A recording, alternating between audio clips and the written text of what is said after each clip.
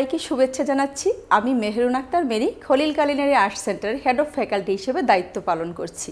আমাদের কর্মময় এবং ব্যস্তময় জীবনকে সহজ করার জন্য আজকে আমি কিছু টিপস নিয়ে এসেছি।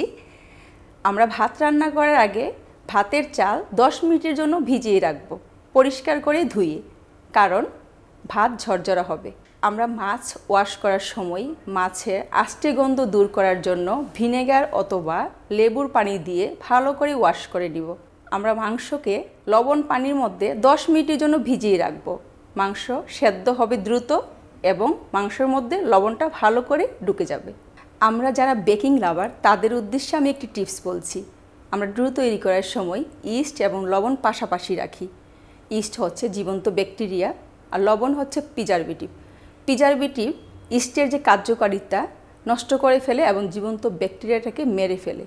তাই আমাদের সব সময় মনে রাখতে হবে লবণ এবং ইস্ট দুইটা অপোজিট পাশে রাখতে হবে। কাজ করতে করতে একসময় চপিং বোর্ডে ময়লা পড়ে যায়।